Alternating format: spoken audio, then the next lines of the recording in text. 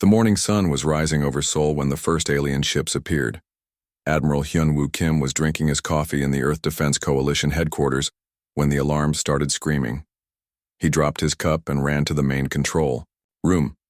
"Sir, we have massive objects coming out of hyperspace," said Lieutenant Sungmin Baek, his hands shaking as he pointed at the big screen. "They're huge, bigger than anything we've ever seen." Hyun-woo looked at the screen. 300 giant ships hung in space like dark clouds. Each one was as big as a city.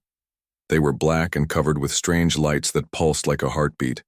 The ships had sharp edges and looked like they were made for war. "Where did they come from?" Hyun-woo asked. "Unknown, sir. They just appeared at the edge of our solar system. Our computers say they're not from Earth." Captain So-young Park was on her ship, the Seoul's Pride, when she saw the alien fleet through her window. She had been a space captain for 10 years, but she had never seen anything like this. The alien ships were so big that they blocked out the stars behind them. "Captain, we're getting a message," said her communications officer. "It's coming from the alien ships." "Put it on the main screen," So-young said. The screen flickered, and then an alien face appeared. It had gray skin, 4 eyes, and no nose. Its mouth was full of sharp teeth. When it spoke, its voice was cold and mean. "I am Overlord Thexmar of the Velkari Empire," the alien said. "We have come for your world. You humans are weak and stupid. Your planet has good water and land. We want it for ourselves." Back at headquarters, Admiral Hyun-woo watched the same message. His hands turned into fists. "What do you want from us?" he asked the screen. The alien overlord smiled, showing his sharp teeth. "We want nothing from you. You will leave this planet in 72 hours. Take your ships and go far away. If you stay, we will kill every human on Earth. This is not a request. This is an order."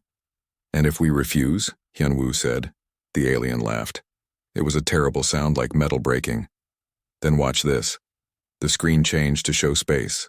One of the alien ships moved toward a group of asteroids. A bright beam shot out from the ship. The asteroids, each one as big as a mountain, turned into dust in seconds. The beam was so powerful it made the space around it glow white. "This is what happens to things that get in our way," Thexmar said. "Your ships are toys compared to ours. Your weapons are like sticks and stones. We have destroyed 50 worlds. Earth will be number 51. The message ended, and the control room went quiet.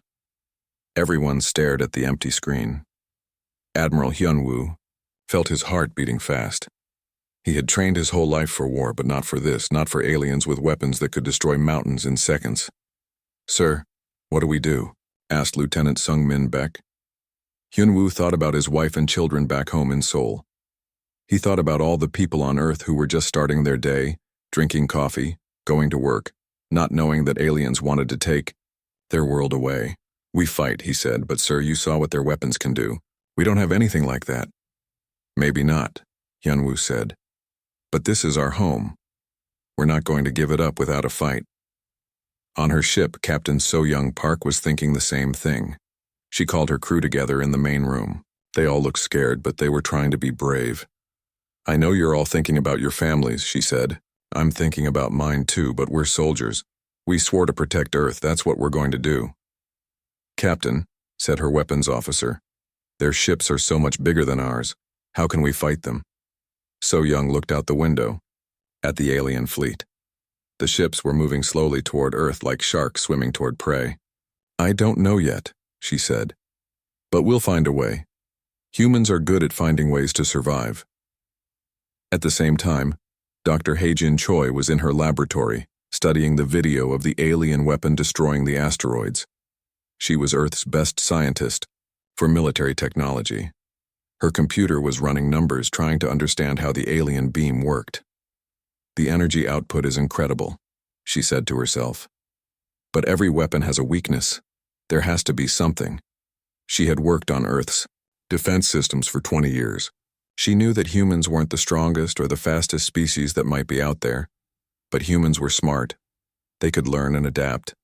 They could figure out how to beat enemies that seemed impossible to beat. Her assistant came running into the lab.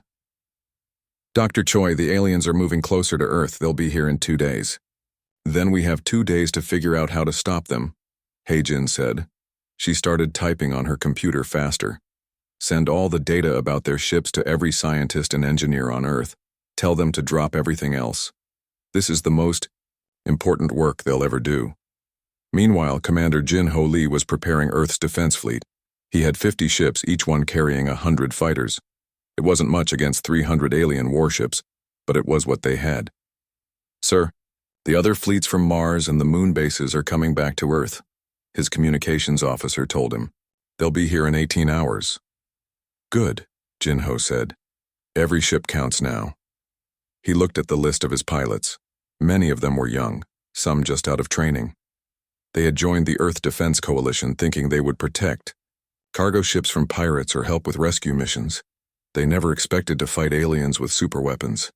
Sir, should we tell the pilots what they're up against? His second officer asked. Yes, Jin Ho said. They deserve to know the truth. But also tell them this. Their grandchildren will remember what they do in the next few days. They can either remember them as heroes who saved Earth, or as the last humans who tried their best. Back on the Soul's Pride, Captain So-Young Park was studying the alien ships through her telescope. She noticed something strange. The alien ships were staying in perfect formation. They moved together like they were dancing. No ship moved without the others moving too. That's interesting, she said. They're very organized, maybe too organized. Her tactical officer looked confused. What do you mean, Captain? I mean, maybe they're not good at thinking for themselves. Maybe they only know how to follow orders and stick to their plan. If we can mess up their plan, maybe we can confuse them. It was a small hope, but it was something. So-Young sent a message to Admiral Hyunwoo with her idea.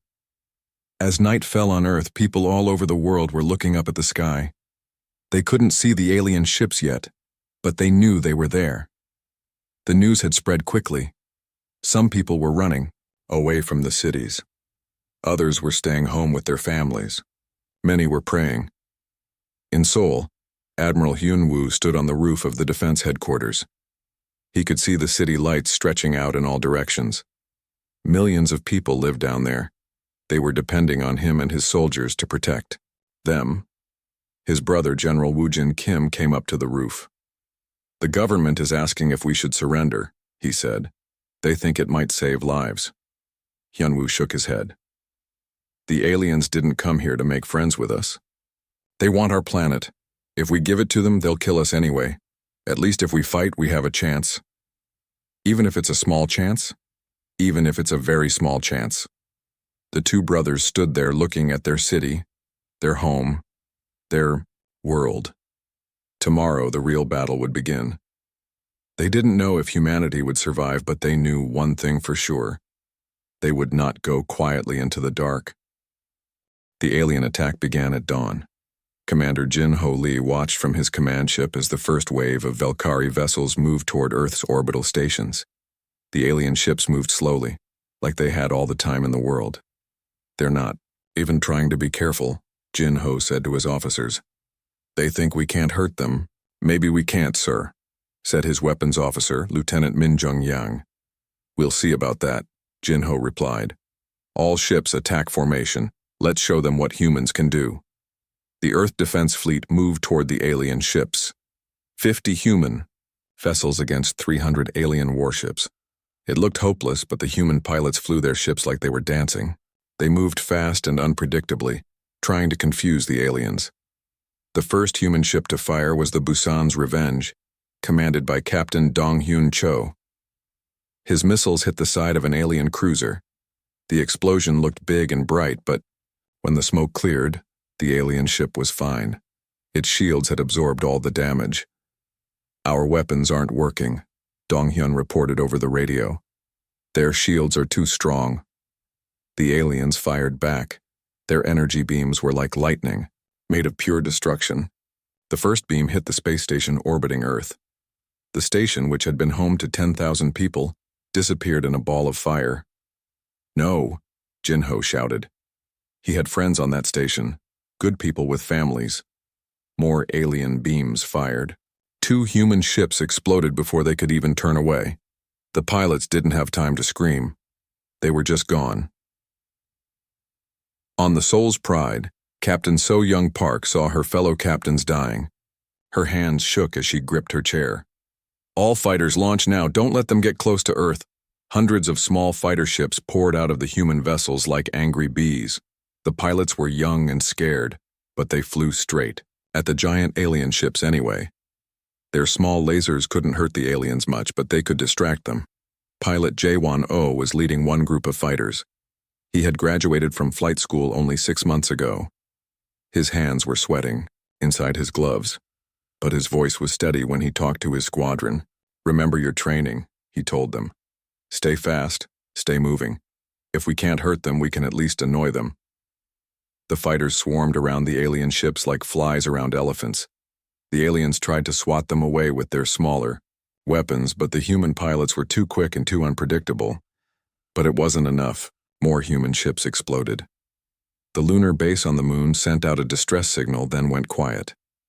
The aliens had destroyed it too. Back on Earth, Dr. Hae-Jin Choi was working frantically in her laboratory.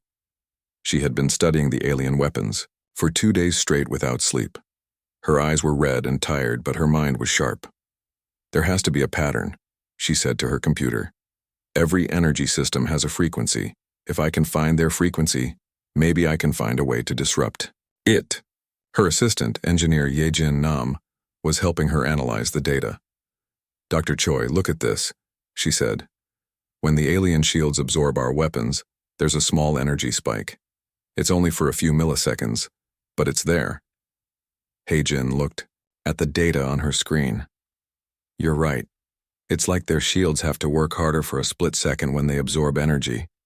If we could time our attacks just right, we might be able to overload their shields? Maybe. But we'd need perfect timing. And we'd need a lot more firepower than we have." Meanwhile, in space, the battle was getting worse for the humans. Commander Jin-Ho Lee had lost half his fleet. The aliens hadn't even used their biggest weapons yet. They were playing with the humans like cats playing with mice. Overlord Thexmar watched the battle from his flagship. He was disappointed. "These humans are even weaker than I thought," he said to his officers. "This isn't even fun. Destroy their remaining ships and let's finish this." But as he spoke, something unexpected happened. The human ships that were left suddenly changed their attack pattern. Instead of attacking randomly, they all focused their fire on one alien ship at exactly the same time. The combined firepower of 20 human ships hit the alien cruiser's shields all at once. For just a moment, the shields flickered. Then they came back stronger than before. "Interesting," Thexmar said. "They're learning, but it won't help them." On Earth, Dr. Hae-Jin Choi saw what happened through her sensors. It worked. Just for a second, but it worked. She grabbed her radio and called Admiral Hyunwoo Kim. "Admiral, I think I found something." "What is it, Doctor?" "Their shields have a reset cycle. When they absorb a lot of energy at once, they flicker for a few milliseconds while they recalibrate. If we could hit them during that flicker, we might be able to get through?" "It's possible, but we'd need perfect coordination. Every ship would have to fire at exactly the right moment." Admiral Hyunwoo thought quickly. Most of his fleet was already destroyed, but the idea gave him hope. "How long do you need to figure out the exact timing?" "Give me 6 hours." "You've got it." Hyunwoo switched his radio to talk to all his remaining ships. "All vessels fall back to Earth orbit. We're regrouping." The human ships turned and flew back toward Earth. The aliens followed them slowly, confident and arrogant. Captain So Young Park brought her ship back to Earth's orbital dock for emergency repairs. Half her crew was injured, and her ship had holes in its hull, but she was still alive and her ship could still fight. Lieutenant Sungmin Bayek met her at the dock. "Captain, we're getting reports from all over the solar system. The aliens have destroyed the Mars colony and 3 asteroid mining stations. They're moving toward Earth like they're taking a casual walk." "How many ships do we have left?" 37 combat vessels, maybe 200 fighters. So Young felt sick. That wasn't nearly enough to stop 300 alien warships. but she tried to sound confident for her crew. Then we'll make those 37 ships count. While the ships were being repaired, the pilots and crews rested and prepared for what might be their last battle. Many of them wrote letters to their families. Some prayed. Others cleaned their weapons and checked their equipment one more time. Pilot J1. O sat in the pilot lounge with the other fighter pilots. Most of them were kids, barely 20 years old. They looked at him like he was their older brother. "Are we going to die?" asked one of the youngest pilots. J1 looked at the boy's face. He was maybe 18, with scared eyes but steady hands. "I don't know," J1 said honestly. "But if we do, we'll die protecting our families and our home. That's not a bad way to go." "I just wanted to see my little sister graduate from school," the young pilot said. "Then we'll make sure you do," J1 replied. "We'll find a way to win this." As the hours passed, Dr. Heijin Choi worked with teams of scientists and engineers all over Earth. They analyzed every piece of data they had about the alien weapons and shields. Slowly, a plan began to form. "I think I've got it," she announced to Admiral Hyunwoo over the radio. "The shield reset cycle is exactly 2.7 milliseconds. If all our ships fire at the same target within that window, we might penetrate their shields." "Might?" "It's our best chance, Admiral. Maybe our only chance." Hyunwoo looked at the tactical display showing the alien fleet. They were getting closer to Earth. In a few hours, they would be close enough to start bombarding the planet itself. Whoa. "Right, Doctor. We'll try your plan. Send the timing data to all our ships." As the sun set on what might be Earth's last day, the remaining human ships prepared for their final attack. The odds were still impossible, but now they had a plan. And more importantly, they had hope. Captain So Young Park stood on the bridge of the Soul's Pride, looking out at Earth below. The planet looked so peaceful and beautiful from space. Blue oceans, white clouds, green continents. It was worth fighting for. "All ships report ready, Captain," her communications officer said. "Good," So Young replied. "Tonight, we show these aliens that humans don't give up. We don't surrender, and we don't let anyone take our home." The final battle was about to begin. The secret began to unfold in the deep underground bunkers beneath Geneva. General Woo Jin Kim walked through corridors that didn't exist on any public map. His footsteps echoed in the metal hallways as he approached the most classified project in human history, Project Taeguk, he said to himself. 20 years of preparation were about to be tested. The massive steel doors opened with a hiss. Inside, hundreds of scientists and engineers were working on machines that looked like they came from science fiction movies. These weren't just Earth weapons. They were something completely new. "General Kim," said Dr. Heijin Choi as she ran up to him. She looked exhausted but excited. "We've been working non-stop since the aliens arrived. I think we have something that might work." "Show me," Woo Jin said. Dr. Choi led him to a large screen showing technical drawings. "We've been studying the alien technology from the wreckage of their scout ship that Captain Min Jung-yang's team captured yesterday. The aliens use quantum energy matrices for their weapons and shields. Speak in simple words, Doctor. Their technology runs on quantum particles that exist in multiple states at once. But here's the interesting part. So does ours." Woo Jin raised his eyebrows. "Ours?" "Project Taeguk has been developing quantum weapons for 2 decades. We just never had alien technology to compare it with. But now that we do, I realize something amazing. Human quantum physics and alien quantum physics work the same way." She pointed to another screen showing 2 different designs side by side. "Look at this. Our quantum resonance patterns are almost identical to theirs. It's like we were developing the same technology at the same time. What does that mean for us? It means we can adapt their technology to work with ours. We can make hybrid weapons that are stronger than either human or alien technology alone." Engineer Yejin Nam came running over with a tablet in her hands. "General Dr. Choi, you need to see this. We just finished analyzing the alien ship's power core. It's incredible." She showed them the data on her tablet.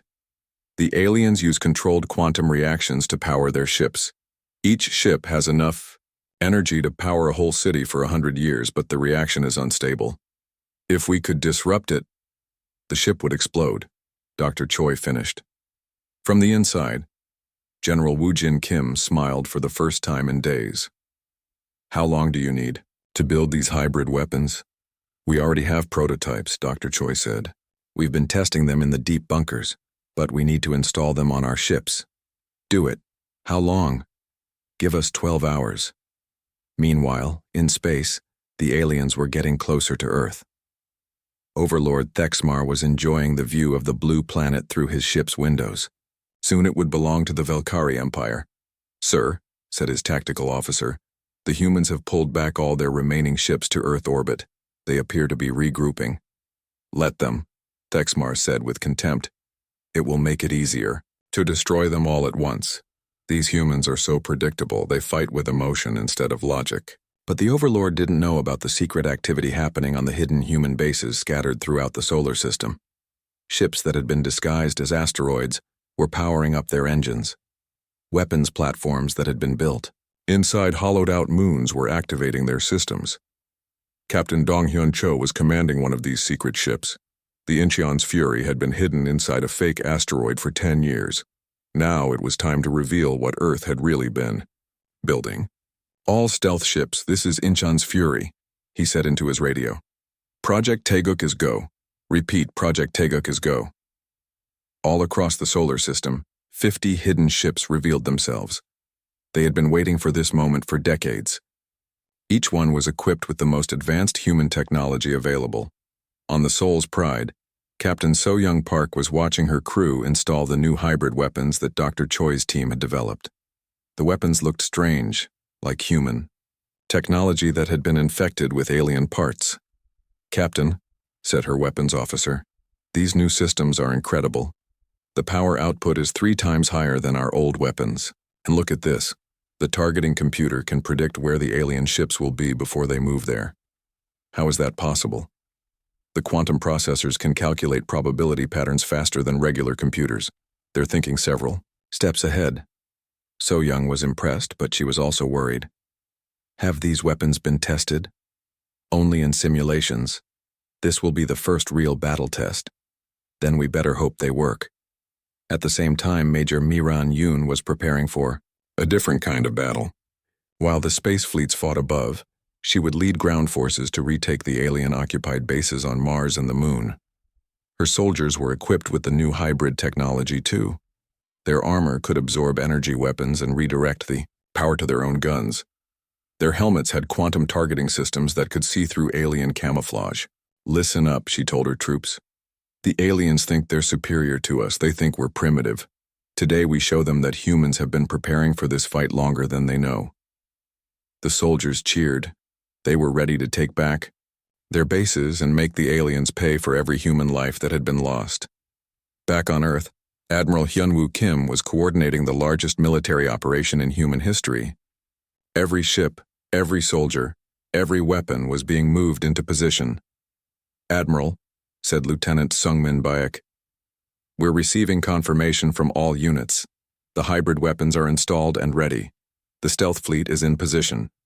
Ground forces are ready to assault the occupied bases. And Dr. Choi's timing calculations? Updated and distributed to all ships. Every captain knows exactly when to fire. Hyunwoo looked at the tactical display. It showed Earth surrounded by alien ships, but now he could also see the hidden human forces. The aliens thought they were facing 37 human ships. They didn't know they were actually facing almost 100. Sir, said his communications officer, we're getting a message from the alien fleet. Put it through. Overlord Thexmar's face appeared on the screen. He looked annoyed. Humans, your time is up. You have not evacuated your planet as ordered. Now you will be destroyed. But first, we will give you one last chance to watch your world burn. The screen switched to show the alien weapons charging up, but this time they weren't aiming at human ships, they were aiming at Earth itself. They're going to bombard the planet, Lieutenant Sungmin Baek said with horror. Admiral Hyunwoo grabbed his radio. All ships, all forces, attack now. They're targeting Earth itself. This was the moment they had been preparing for. The secret weapons, the hidden ships, the new hybrid technology. Everything would be tested in the next few minutes. Captain So Young Park watched her tactical display as the hidden human fleet decloaked all around the alien formation. "Surprise," she said with a grim smile. The aliens were shocked. Where had all these ships come from? Their sensors hadn't detected them. It was impossible. "All human ships fire on my mark," Admiral Hyunwoo commanded. "Remember Dr. Choi's timing, we get one shot at this."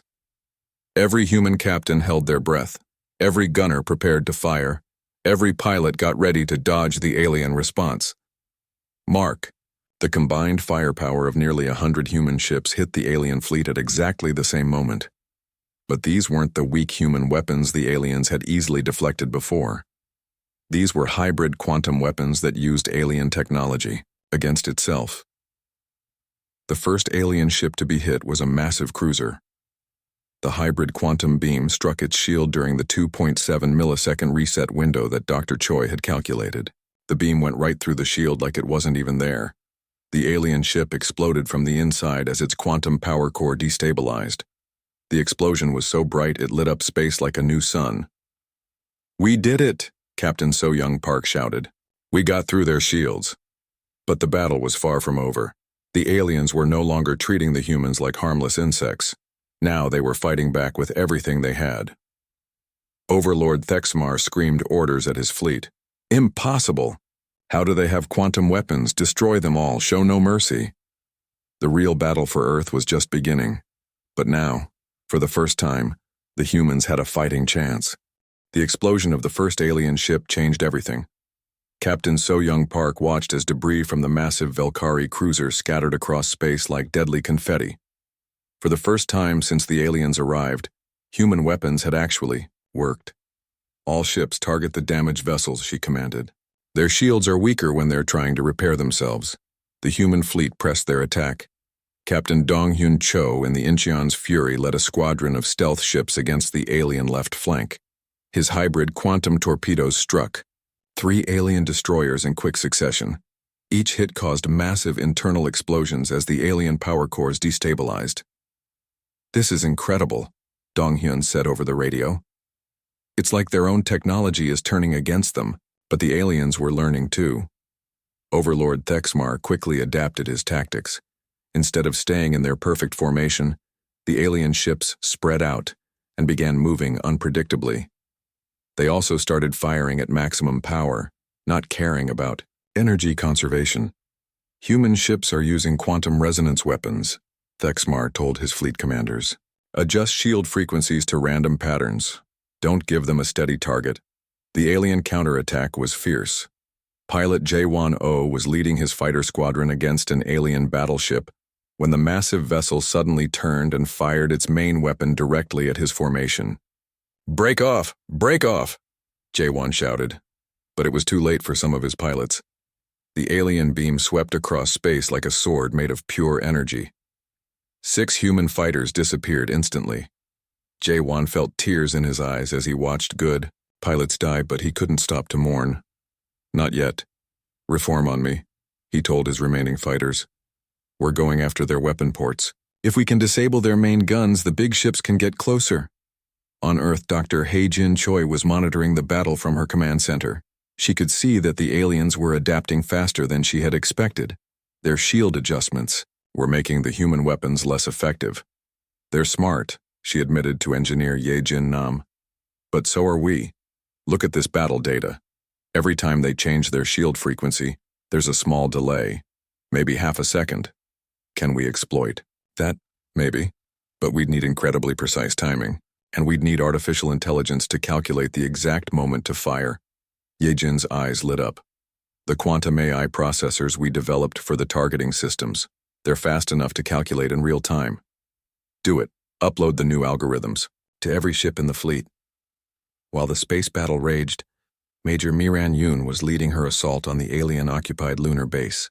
Her soldiers moved through the moon's low gravity like deadly ghosts, their new quantum armor making them nearly invisible to alien sensors. "Team Alpha, take the left entrance," she whispered into her radio. "Team Beta, with me through the main corridor.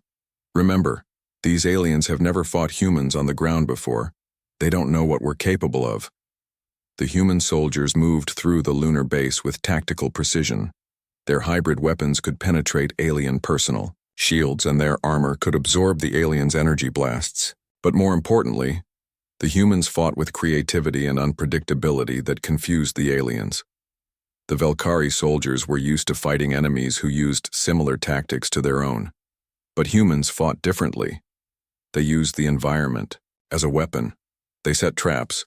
They attacked from unexpected angles. The humans are like vermin, one alien commander reported to his superiors. They hide in the walls and strike from shadows. This is not honorable combat.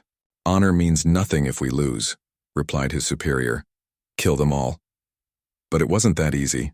Major Miran Yoon's forces took the lunar base room by room, using tactics that the aliens couldn't predict or counter. Within 6 hours, the moon was back in human hands. In space, the battle was reaching a critical point. Admiral Hyun-woo Kim watched as more alien ships arrived. These weren't the same vessels that had attacked initially. These ships were bigger, more heavily armed, and their shields were even stronger. Sir, reported Lieutenant Sungmin Baek, long-range sensors detect a massive alien vessel approaching. It's 3 times larger than their biggest ship. The alien Emperor's flagship, Hyun-woo said grimly. They're bringing in reinforcements. The new alien ship was enormous. It was like a floating city made of black metal and pulsing energy. When it fired its weapons, entire human squadrons had to scatter just to avoid the blast radius. Emperor Zephron the Conqueror stood on the bridge of his flagship, the Dark Dominion. He was furious. No species had ever resisted the Velkari Empire for this long. These humans were supposed to be primitive insects, yet they had managed to destroy dozens of his ships. How is this possible? He demanded. How do these creatures have quantum weapons? Emperor, said his chief scientist. We've analyzed their technology. It appears they developed quantum physics independently, at the same time we did. Their weapons are actually compatible with ours. Compatible? Yes, sir. In fact, their quantum resonance patterns are so similar to ours that their weapons can interface with our systems. They're using our own technology against us. Emperor Zephron's 4 eyes burned with rage. Then we will show them the true power of the Velkari Empire. Charge the planet killer weapon. Back on the Soul's Pride, Captain So-Young Park received an urgent message from her science officer. Captain, the new alien ship is charging some kind of massive weapon. Energy readings are off the charts. Target? Earth, ma'am. If that weapon fires, it could crack the planet like an egg. So-Young felt ice in her veins. This wasn't just about winning or losing anymore. This was about the survival of every living thing on Earth. All ships, she broadcast. The aliens are preparing to destroy Earth itself. We have to stop that ship no matter what it costs us. The entire human fleet turned toward the Dark Dominion. They knew it was likely a suicide mission, but they also knew that Earth's 7 billion people were depending on them. Dr. Hae-Jin Choi had one last card to play. She had been working on a secret project during the battle, a quantum virus that could infect alien computer systems. It's ready, she announced to Admiral Han-woo, but someone has to get close enough to the Emperor's ship to upload it directly into their systems. How close? Within a few hundred meters. And they'd have to stay there for at least 60 seconds while the virus propagates through their network. That's a death sentence. Maybe. But if it works, the virus will turn their own weapons against them. Every alien ship in the fleet would be affected. Captain Dong-hyun Cho volunteered immediately. The Incheon's Fury has the best stealth systems. I can get close enough. Dong-hyun, Admiral Hyun-woo said. You know you probably won't make it back. I know, sir, but my daughter lives in Seoul. If that alien weapon fires, she dies anyway. At least this way, I might be able to save her. As the Dark Dominion's planet killer weapon continued charging, Dong-hyun steered his ship toward the massive alien vessel. His stealth systems would only hide him for so long. Once the aliens detected him, they would throw everything they had at his ship. All human ships, Admiral Hyun-woo commanded. Give Captain Cho covering fire. Everything we have. The final desperate assault began. Every human ship fired at once, trying to distract the aliens from Dong-hyun's approach. The space around the Dark Dominion lit up with explosions and energy beams. Dong-hyun flew his ship through the chaos, dodging alien fire while trying to get close enough to upload Dr. Choi's virus. His hands were steady on the controls even though his heart was beating like a drum. "Almost there," he said into his radio. "Beginning upload in 10 seconds. But just as he reached the optimal position, the alien spotted him. Every weapon on the Dark Dominion turned toward his small ship. "Upload in progress," Dong-hyun reported calmly. 30 seconds remaining. The alien weapons fired. Dong-hyun's ship was hit again and again, but he held his position. His shields were failing. His hull was breaching, but he didn't move. 15 seconds, he said. His voice was getting weaker. 10 seconds. 5 seconds. Upload complete. The virus spread through the alien fleet like wildfire. One by one, alien ships began firing on each other as their computer systems were hijacked. The Dark Dominion's planet killer weapon powered down as its targeting system went haywire. Captain Dong-hyun Cho smiled as his ship exploded around him. He had saved Earth. He had saved his daughter. The tide of battle had turned once again. Chaos spread through the alien fleet like a plague. Dr. Hae-jin Choi's quantum virus was working better than anyone had hoped. Alien ships were turning their weapons on each other as their computer systems went completely insane. "It's beautiful," Captain So-young Park said as she watched alien vessels destroy each other. "They came here to take our planet, and now they're tearing themselves apart." But Emperor Zephron was not finished. On the bridge of the Dark Dominion, he watched his fleet destroying itself and screamed with rage. His 4 eyes glowed with hatred as he manually took control of his flagship. "If I cannot have this planet, then no one can," he roared. "Prepare for ramming speed. We will crash into their world and crack it like an egg." The massive alien flagship began accelerating toward Earth. Even damaged and half-destroyed it was, still big enough to cause an extinction-level impact if it hit the planet. Admiral Hyunwoo Kim saw what was happening and felt his blood turn cold. "All ships, stop that flagship, everything we have." Every human vessel that could still fight turned their weapons on the Dark Dominion. Quantum torpedoes, plasma cannons, and hybrid energy beams hammered the alien ship. Explosions rippled across its hull, but it kept coming toward Earth. "It's too big," Lieutenant Sungmin Baek said desperately. "We're hurting it, but we can't stop it." Captain So-young Park made a decision that would haunt her dreams forever. Seoul's pride to all ships. "I'm going to ram the flagship, maybe I can knock it off course." "So-young, no," Admiral Hyunwoo shouted over the radio. "There has to be another way." "There isn't time, sir. Tell my family I love them." So-young turned her ship toward the Dark Dominion and pushed her engines to maximum power. The Seoul's pride accelerated, like a bullet toward the massive alien vessel, but just before impact another ship appeared between them. It was the Busan's Revenge, commanded by Captain Kyung-ho Park, So-young's younger brother. "Not today, sister," Kyung-ho said over the radio. "I've got the new experimental weapon Dr. Choi designed. If it works, we won't need to ram anybody." "Kyung-ho, what are you doing?" "Something crazy. The quantum singularity generator creates a tiny black hole that lasts for about 10 seconds. If I can get it inside that ship." "That's insane. The black hole could destroy you too." "Maybe, but it's better than letting that thing hit Earth." Kyung-ho flew his ship directly at the Dark Dominion's main hangar bay. Alien fighters swarmed around him, firing everything they had. His ship was hit dozens of times, but he kept flying forward. "Entering the hangar now," he reported, activating the quantum singularity generator. Inside the Busan's Revenge, alarms were screaming. The experimental weapon was overloading his ship's power systems, but Kyung-ho didn't care. He had one job to do: singularity deployment in 3, 2, 1. The tiny black hole appeared inside the Dark Dominion's hangar bay. For 10 seconds it sucked in everything around it: alien fighters, equipment, pieces of the ship itself. Then it collapsed, but the damage was done. The massive alien flagship shuddered and began to break apart. Its forward momentum carried it past Earth, but now it was tumbling out of control. Pieces of the ship scattered across space as internal explosions tore it apart. Emperor Zephron felt his ship dying around him. In his final moments, he realized that he had completely underestimated these humans. They weren't primitive insects.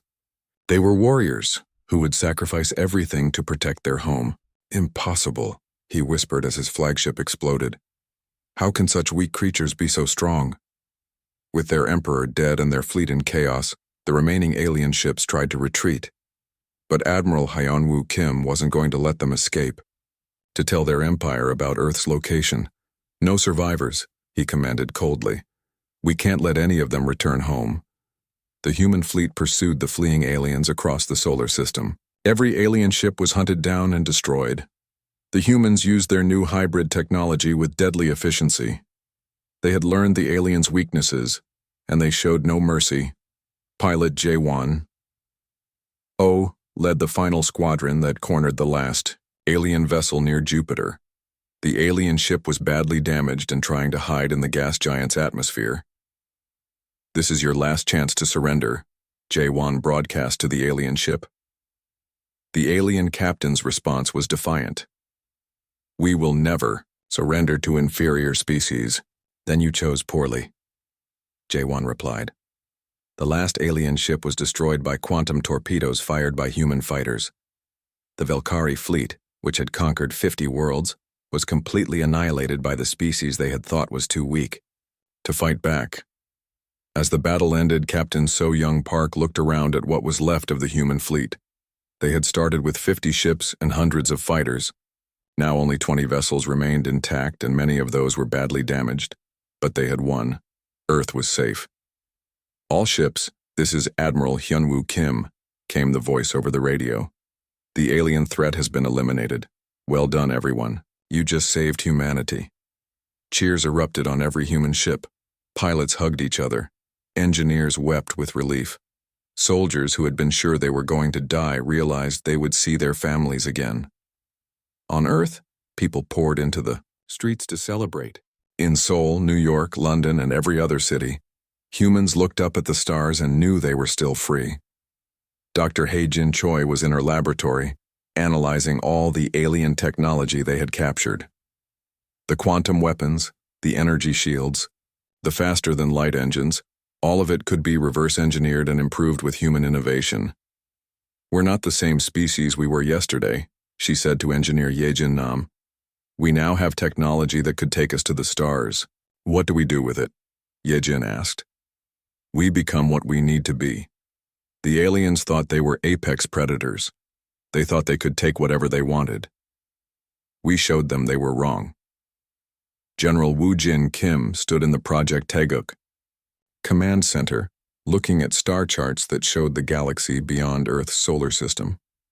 Somewhere out there was the Velkari Empire, not knowing that their invincible fleet had been completely destroyed. Sir, said his aide, what are your orders for the new hybrid ships we're building? Woo-Jin thought about his brother Hyunwoo, still in space coordinating the cleanup of alien wreckage. He thought about all the human pilots who had died protecting Earth. He thought about Captain Dong-Hyun Cho and Captain Kyung-Ho Park, who had sacrificed themselves to save their world. The aliens came here thinking we were prey, he said finally. They wanted to take our planet and kill our people. They thought we were weak because we seemed peaceful. And now, sir? Now they know better. And soon their empire will know better too. General Woo-Jin Kim began planning humanity's expansion into the galaxy. The aliens had brought advanced technology to Earth, thinking they would use it to conquer humanity. Instead, they had given humans the tools they needed to become the galaxy's new dominant species. The Velkari Empire had ruled space for 1,000 years, crushing any species that opposed them. But they had never faced anything like humanity. They had never encountered a species that could adapt so quickly, fight so fiercely, and refuse to surrender even when defeat seemed certain. Captain So-Young Park brought her damaged ship back to Earth orbit and looked down at her beautiful blue planet. Her brother Kyung-Ho was gone, but his sacrifice had saved billions of lives. She would make sure the galaxy remembered what happened when someone threatened humanity's home. As the days passed, Human ships began patrolling farther and farther from Earth. The new hybrid technology made them faster and more powerful than anything the aliens had possessed. Human scientists studied every piece of captured alien equipment, learning their secrets and improving on their designs. The aliens had wanted Earth for themselves. They had come expecting an easy conquest of a primitive world. Instead, they had awakened something that would change the balance of power in the galaxy forever. Humanity was no longer confined to one small planet in the outer rim of the galaxy. They were about to become the most dangerous predators space had ever seen. The Velkari Empire would learn too late that some prey fights back. And when humans fight back, they don't just win. They completely annihilate anyone who threatens their family, their home, and their freedom. The age of human expansion had begun.